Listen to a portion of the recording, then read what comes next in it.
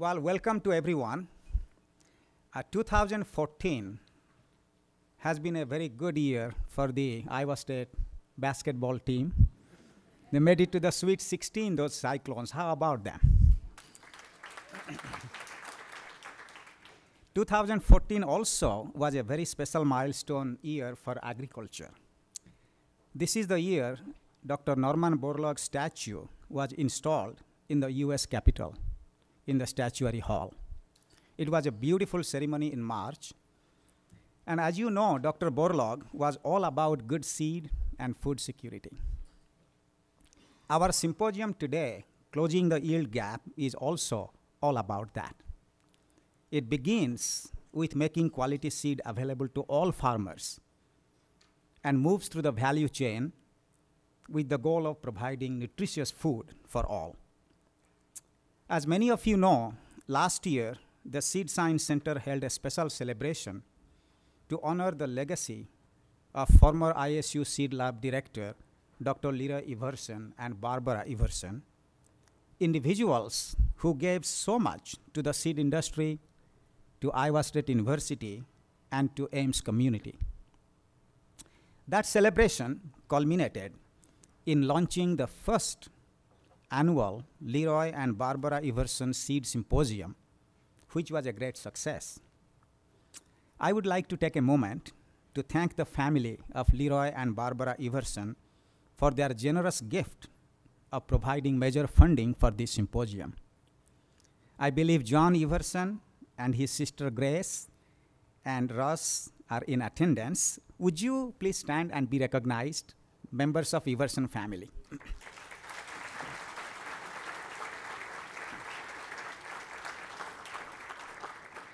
Thank you, thank you.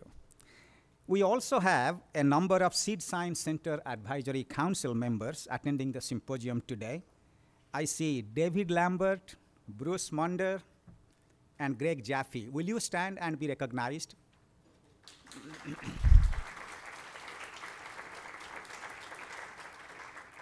Thank you for your service and for your guidance. As many of you are also aware, in 2013, a new consortium was established with funding from our president, ISU President, President Leith, for interdisciplinary research on global food security, which Dr. Max Rothschild and I co-lead. The consortium is a collaborative enterprise with 8 land-grant universities: Iowa State University, Alabama A&M, University of Nebraska, University of Georgia, Cornell, Virginia Tech, Purdue, and Virginia State. And we have 4 CG centers: ICRISAT, ILRI, IITA, and ICADA. We have FAO, Heifer International, and a number of private sector companies, both from the plant and animal sector. But it remains an open network of experts, and more members are joining the consortium as we speak.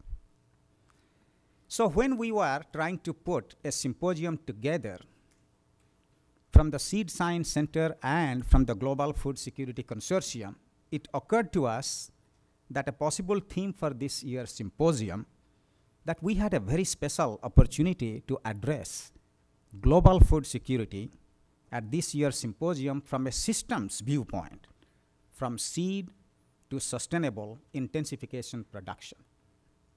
So here we are today, the Global Food Security Consortium and the Leroy and Barbara Everson Seed and Biosafety Symposium, emerging of the common purpose, if you will, with the desire to share our resources to meet this important challenge of food insecurity.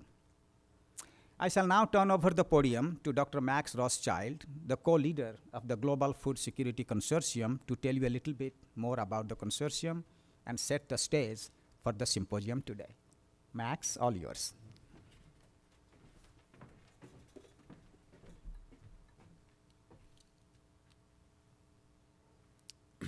Thank you, Dr. Misra. I want to add my welcome to everybody, to all our attendees and our special guests.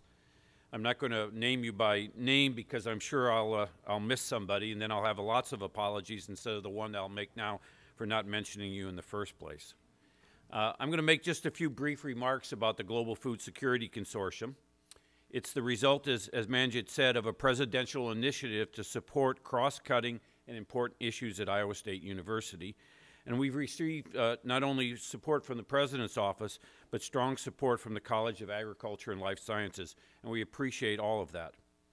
As Manjit has said, we have a number of universities and CGIAR partners and people from industry and from the NGOs, and we had our second Global Food Security Consortium member meeting yesterday, and I think it was quite successful. We're beginning to map out ideas amongst ourselves and projects to tackle. And I want to say a special thanks to everybody who came in yesterday and worked with us on some of our planning.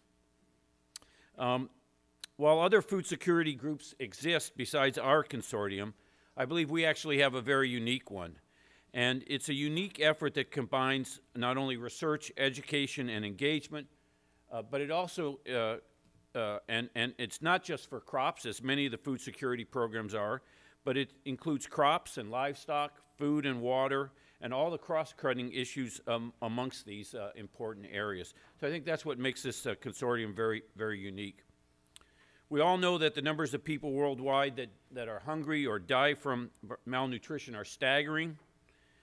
Following Iowa State University's motto, Science with Practice, the consortium plans to engage and make real impacts in efforts to feed people around the world. To do this, we have to do it with limited land, water, and resources. So today's symposium, Closing the Yield Gap, is extremely important because we're going to talk, our speakers are going to talk about increasing productivity, reducing waste, looking at sustainable solutions to fight food insecurity. So again, I want to thank the speakers, many who have traveled a great distance. I want to thank our Global Food Security Consortium members for attending. And most importantly, I also want to thank the students and faculty and other visitors who are here from around the U.S. and the globe to make this event possible. Well, without further ado, I want to introduce our colleague, Dr. Kendall Lamke, who's the chair of the Department of Agronomy, and he'll be our chair for the first session. Thank you.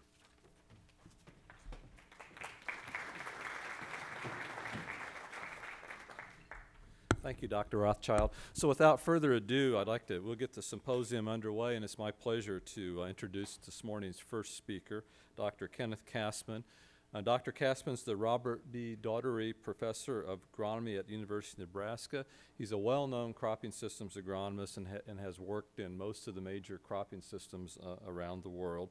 And this morning he's here to talk to us about backcasting global food security, justification for a global yield gap atlas. Okay, well, thanks very much. I've, over the years, had opportunities to come through here. I always look forward to it, especially the fact that you get to drive. I drove from Lincoln, Nebraska yesterday. You get to drive up a gradient of brown to black soil, and that's always exciting. So I'm going to have to fly because I have a lot to tell you about today and discuss with you. You know, so we always talk about forecasting the future, and sometimes it's worthwhile to backcast. Talk about, you know, what the target is. Think about, and try to, today, in this world, think about what it's going to mean in 2050. Very likely about 9.5 billion, but I think the most important thing is that we have an opportunity in the first time in many thousands of years to have a stable human population.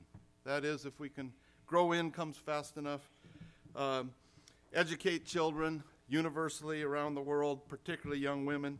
That's how you reach stable population. And it only comes when people have the wealth to send their children to school, especially young women.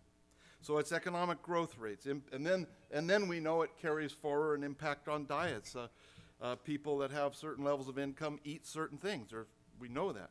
Rate of increase in crop yields then to meet that, and hopefully on existing land, not by expanding into biodiverse, carbon-rich habitat. So, yeah, what does that mean? And when I look at it, I see it this way, you know, to hammer, everything's the nail, and to an agronomist, I guess food security is the center of the universe. But In a way, if you take that back-cast scenario, I don't think you can argue much with this, because you can either have a virtuous cycle here that reinforces the goal of reaching an income level in all low-income developing countries today, an income level that we know is approximately the amount needed to allow families to send all their children to school. That's the target. And if you can achieve that, then you get this virtual reinforcement around the cycle that leads to a sustainable future. Now, food security is at the center because if we don't plan to provision adequate supply, to keep the cost of food affordable enough, I'm not saying cheap, we don't want cheap food, but affordable enough, because low-income people spend a disproportionate amount of their income on food. So you can't have the economic growth and wealth creation if food is too high. And by the way, if energy costs are too high. Because again, energy is so important for development, for economic development.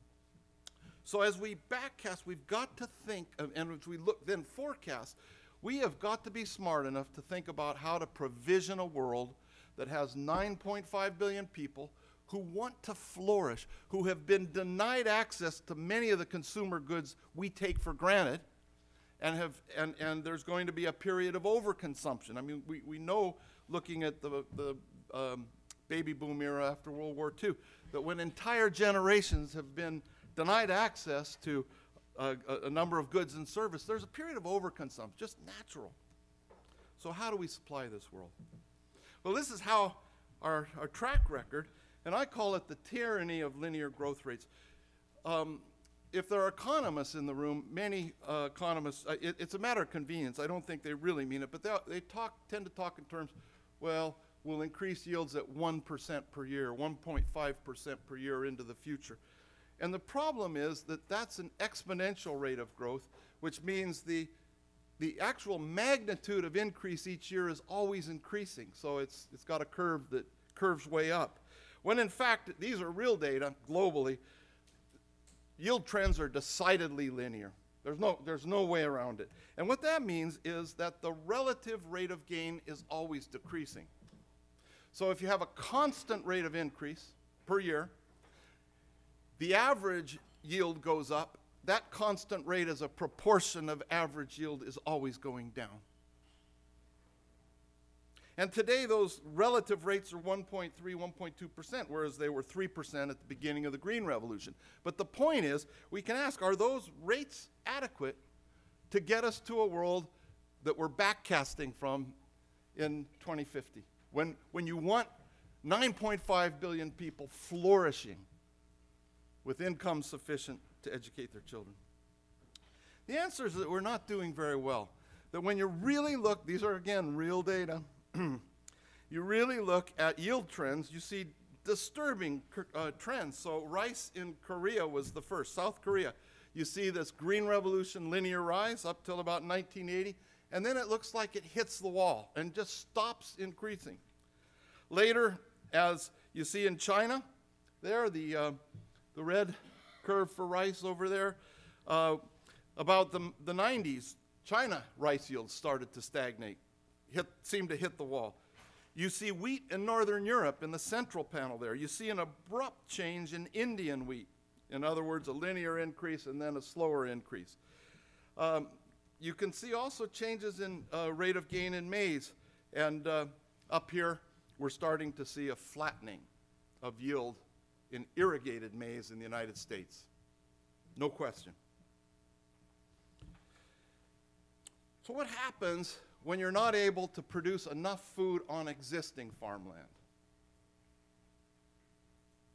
Well, you expand production. And the problem is today, if you're concerned with climate change, if you're concerned about protection of biodiversity and wildlife, much of the expansion of agriculture that will have to occur if we can't produce enough food on existing land will occur on the last remaining remnant natural ecosystems, the rainforest, the wetlands, the grassland savanna.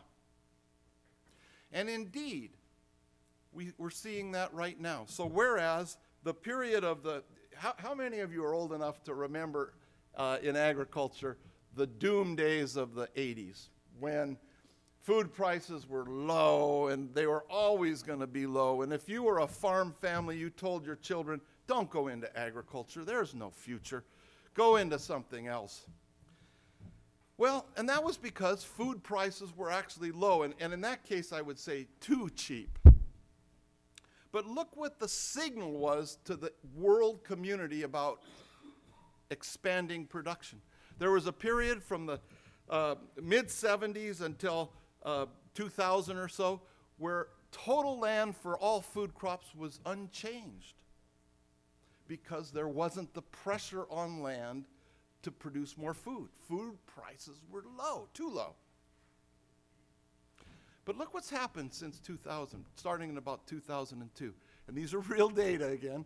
And by the way, if you run a spline regression, that's a significant break, highly significant statistical break. We're now expanding agriculture by 10 million hectares per year. So that's 25 million acres. That's about 85% of the U.S. soybean crop every year. Much of it in South America and Africa and Asia. This is an agricultural time bomb. By the way, 83% of that increase is just for crops: maize, rice, wheat, soybean. It's like there's a neon sign blinking to the world when food prices get high, when commodity prices get high, and it says, we need more, we need more, we need more. And that invisible neon light that farmers seem to see encourages expansion of agriculture. And what we didn't know until a year or two ago is that that's a very significant trend now. And this is what it looks like on the ground when you see a rainforest cleared. I took this picture 1981 in Brazil. This is what it looks like when poor people who have no other option, they can't purchase food, have to farm land that's simply not suitable for annual crops. And this is what it looks like when you have a competing pressure of economic growth, which again won't stop, can't stop. We need economic growth to suck up labor from rural communities, continue to create wealth, as we said, raise income, so forth, virtuous cycle. But this is what it looks like at the edge of expanding cities. Unfortunately, maybe not to this degree, but it kind of looks like that at the edge of Chicago, Lincoln, and Des Moines. But we also then have areas that are irrigated today. Irrigation, 19% of the land provides 44% of the food supply, but we all know we're overdrafting. But this is why it's so important to get right predictions of future food supply. Because the econometric models that are used by policymakers, whether it's in the CGIAR, whether it's USAID, whether it's USDA, whether it's a company, these econometric models that predict future food supply and demand are used to affect the prioritization of research. They're used to some degree to affect prioritization within universities. What should we be doing in terms of our own research investment? The point is that if you're overly optimistic about what the food supply is going to be, which then means what the food prices are going to be, which means the economic opportunities that are available in that sector, if you're over-optimistic and you're wrong, it leaves the world in a very precarious place because we haven't put in place the foundation to address the magnitude of the challenge that's coming. Now, this is from our paper recently in Nature Communications, but it simply shows the actual rate of increase in U.S. maize yields, the yellow dots, versus the predictions in very influential papers published in Nature and Science and so forth, using this exponential rates assumption about future yields. And it shows you how far off they can be in terms of predicting supply. And if we're using those as a basis for prioritization, also how far off we can be in getting it wrong.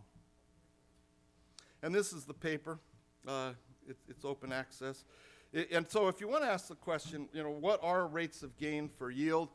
And if you're a country like Tanzania, India, Bangladesh, which is kind of an important question, there's only so many forms of yield advance.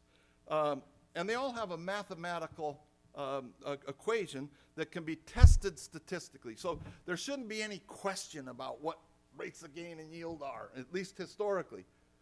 And so we can use that then as to help us inform the future. Well, we did that for all the major cereal grain producing countries in the world. And these are the statistically most significant curves for those. And I'll just for rice, wheat, and maize. And I'll summarize. What the bottom take home is 31% of our current production of these major cereal crops is occurring in countries where there's either been a statistically significant market decrease in yield or a complete plateau. Yields have gone up and plateaued. So we can summarize that since 65 yield trends of the major cereal crops best fit linear increase models. There's no such thing as an exponential rate of gain in the real world. 31% of global production comes from countries where rates have either markedly decreased or have stagnated altogether.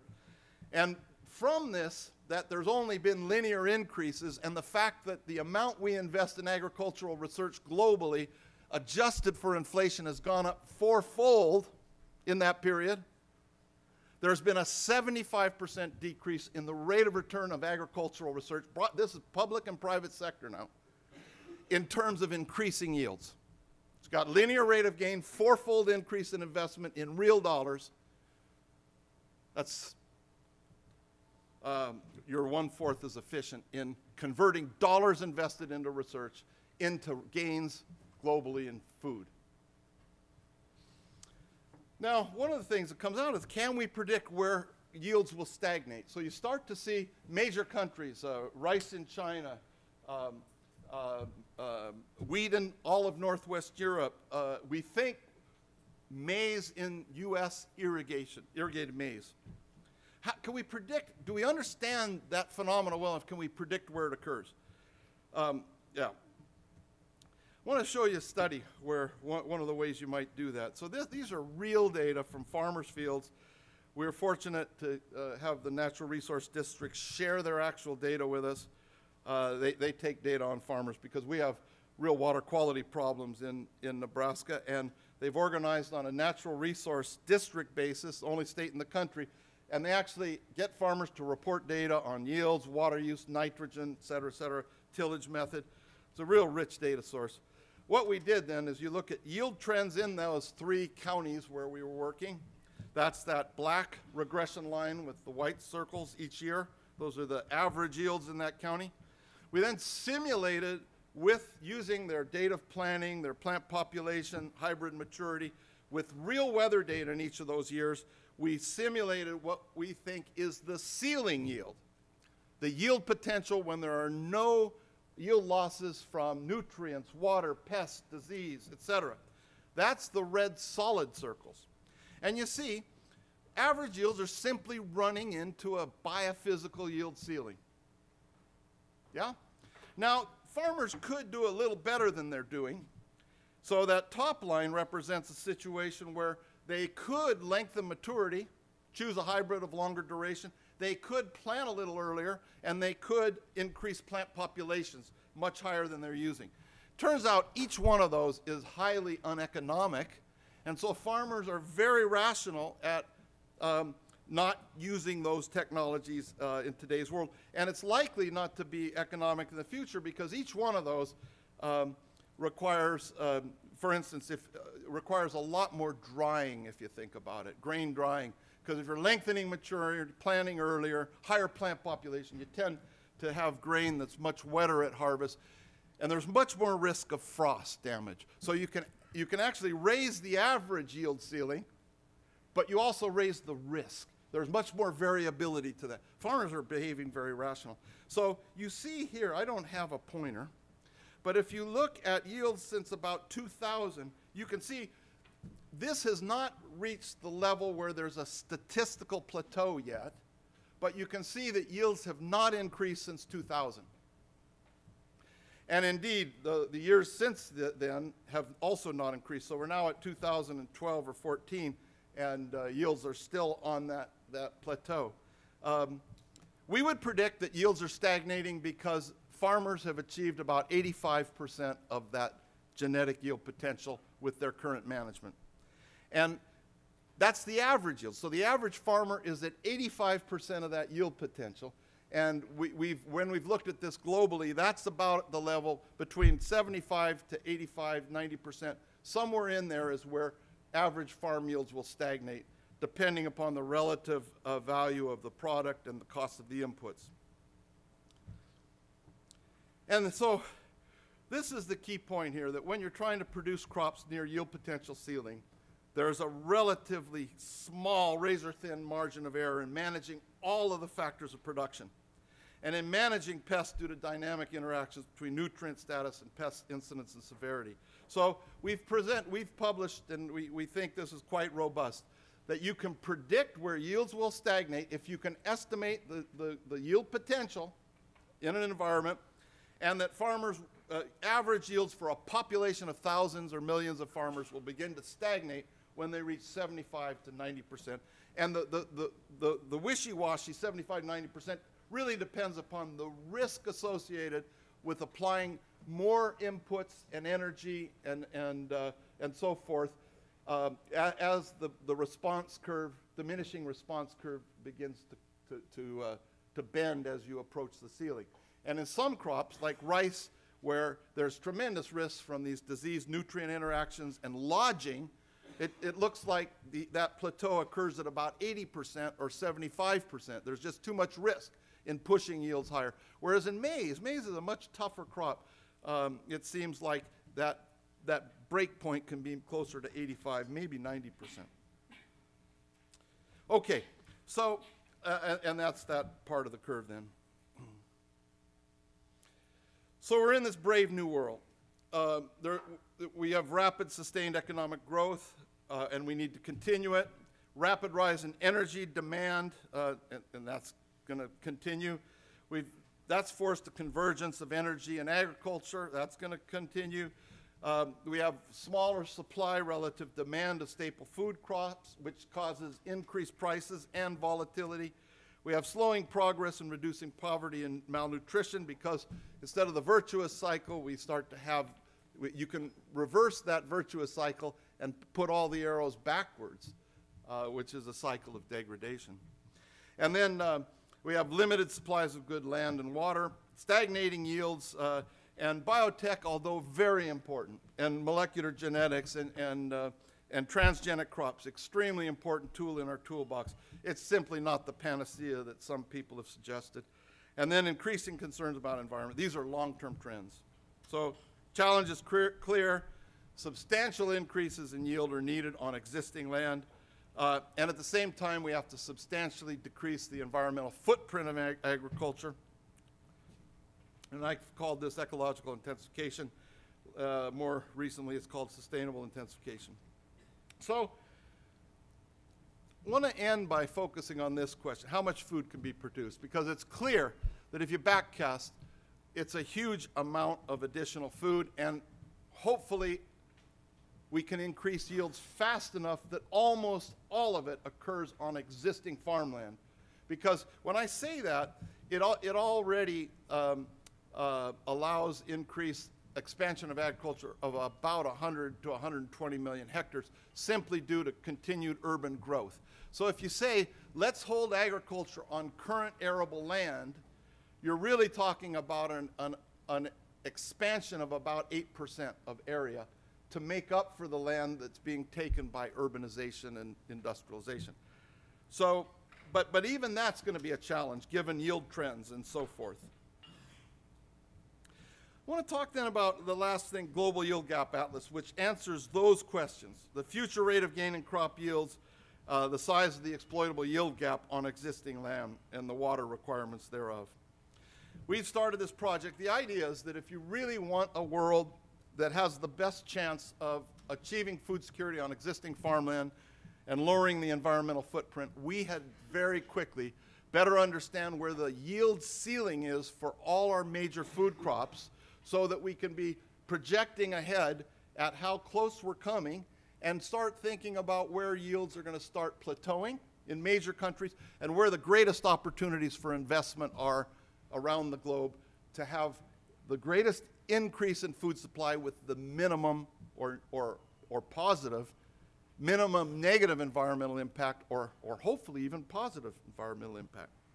So that's the goal of the yield gas, because it's simply currently not possible to do that. Believe it or not, at this point with all our highfalutin science, we don't know what the yield potential is in a scientifically robust manner for most of the world, including the US, by the way. Or you wouldn't have CEOs of major seed companies saying we're going to double yields to 300 bushels per acre if there was general accepted knowledge about yield potential. What is the food production? These are the questions we ask. What is the food production potential for a region or country if farmers adopted best management practices? And how stable would that production be due to variations in climate? Will it be possible for country X to be self-sufficient in food by X year or date? If yes, will there be surplus capacity for export? How much? If no, how much land is available and suitable for expansion of production? And if sufficient land is not available, how is this country going to get its food supply? So if you're a country like Ethiopia, this is all these questions, because if you're in the latter category, you have insufficient land, you're going to have to start building ports and roads. You're going to need a lot of food. Ethiopia has 84 million people today. By 2050, it's likely it'll be 160 million people. And when and where can we predict crop yields to stagnate because they reach this biophysical limit? Well, we use consistent, transparent, reproducible approach. Hasn't been used before for predicting yield potential, water-limited yield, and the yield gap. Yield gap is nothing more than the difference between the simulated potential yield without limitation and today's actual yields. This is important. We use a strong agronomic foundation, so so many estimates of yield potential are just back-of-the-napkin agronomy. A bottom-up approach that uses real data and local experts on weathers and soils and cropping patterns, crop management, and actual yields. We scale up, not down, and all the data is publicly available. This is our website. Please visit.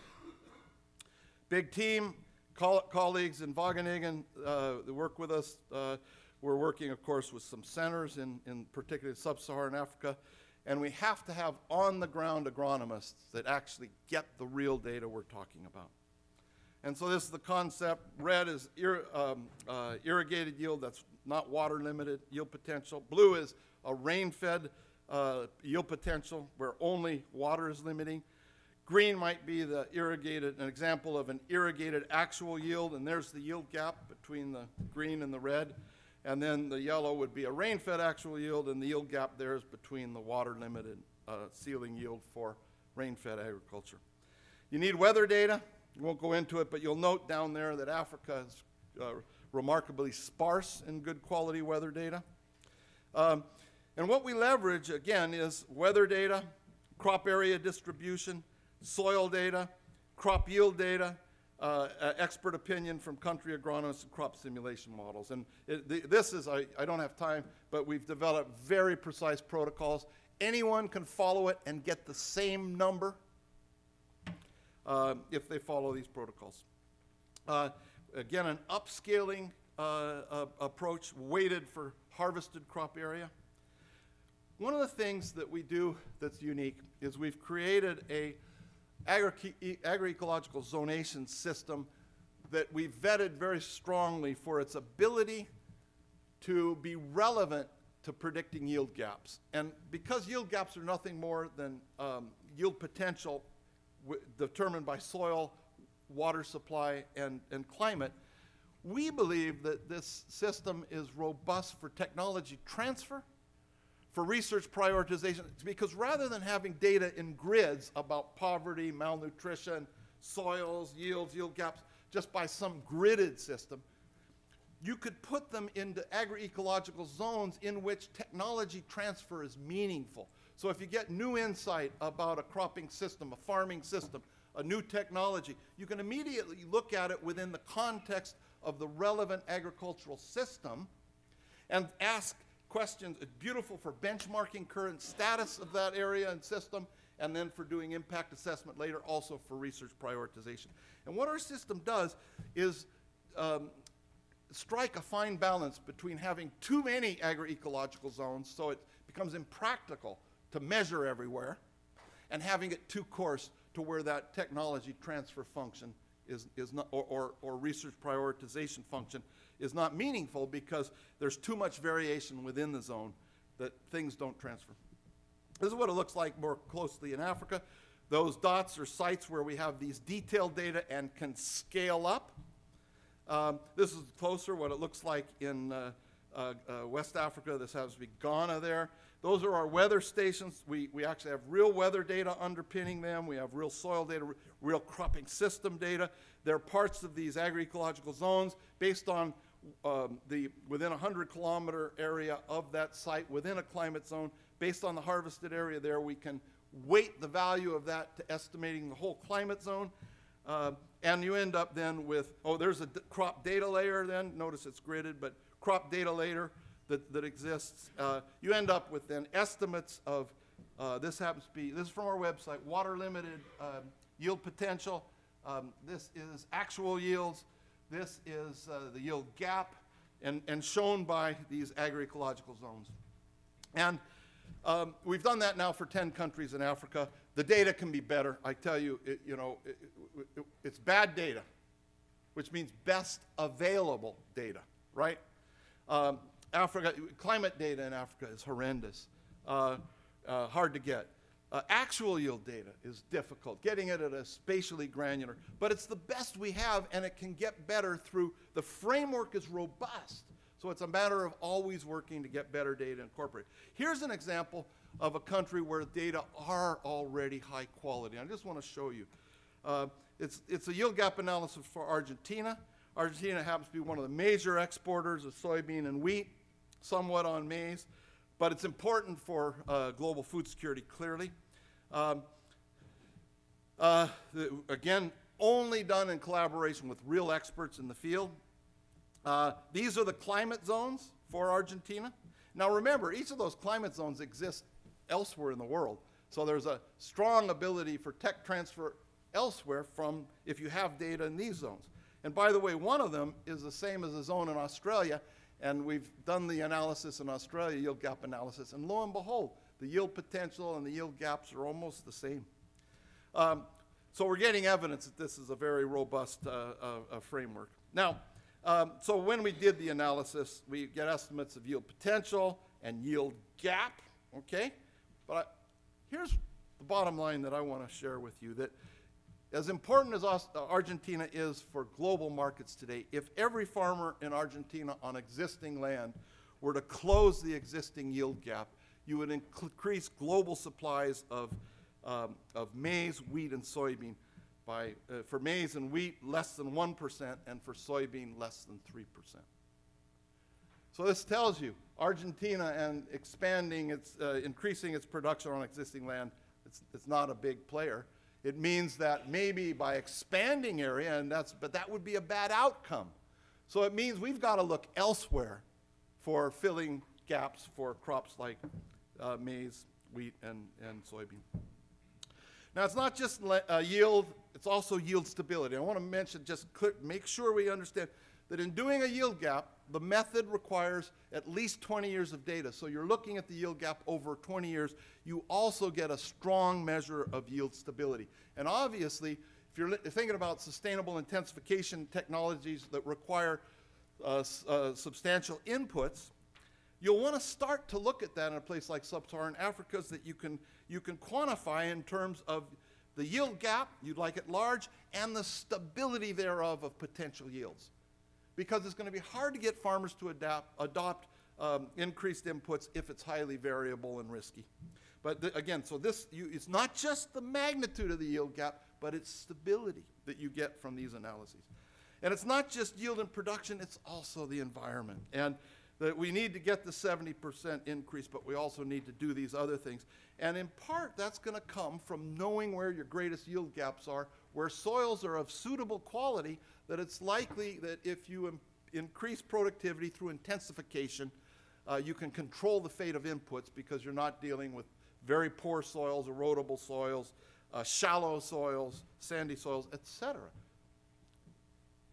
So I want to end by saying I think, in my view, and this is having worked 3 years with the ISPC and the CGIR, I don't think we're using a food security lens of sufficient strength and clarity in trying to answer questions that we read about all the time, organic versus conventional, GMOs, localvore versus liberalized global trade, cropping system diversity versus, and how much do you need, and large-scale confined feeding versus grass-fed, et cetera.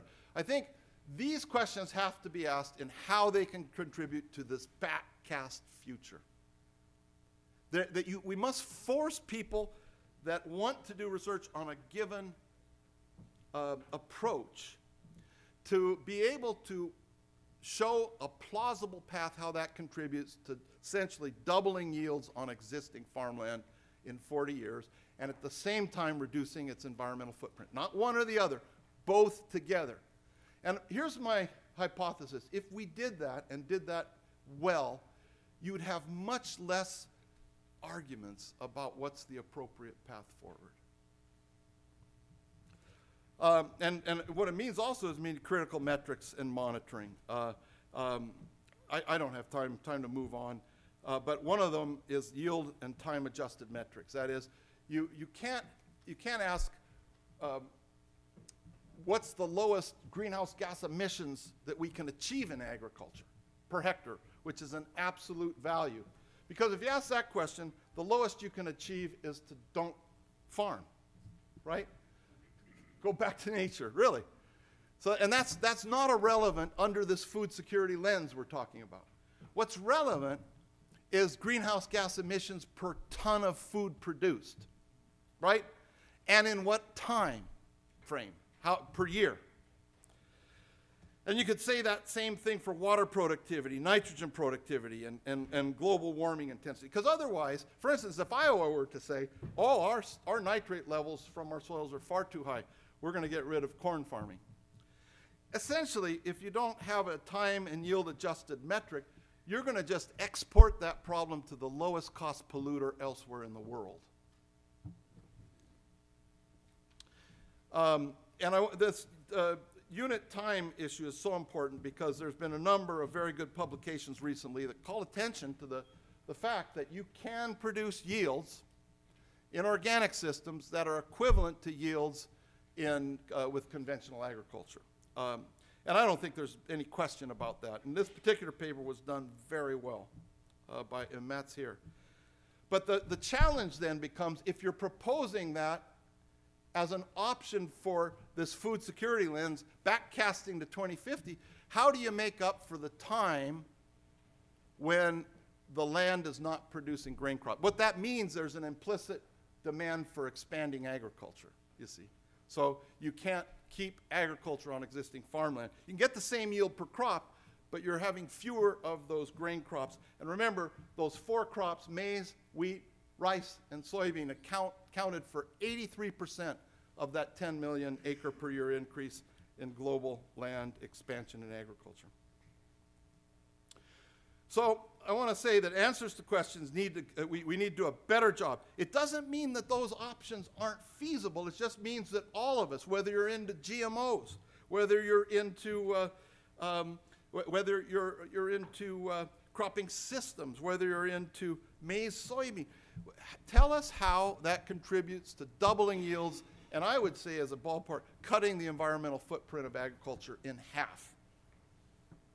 We can measure that. We can monitor that. So we're in a race against time. Current trajectories won't get us there by a large margin, by the way, by a large margin.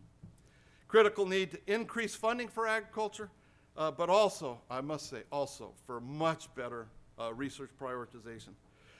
We need improved geospatial databases for both biophysical and socioeconomic metrics, and stronger links between this top-down and bottom-up database, which doesn't exist. Mostly we're using these top-down databases, and for instance, for climate change research, they really can actually give wrong answers.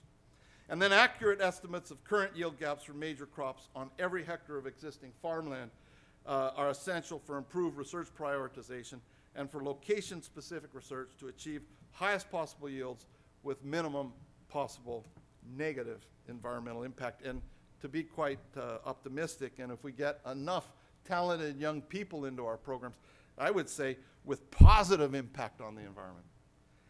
Thank you very much.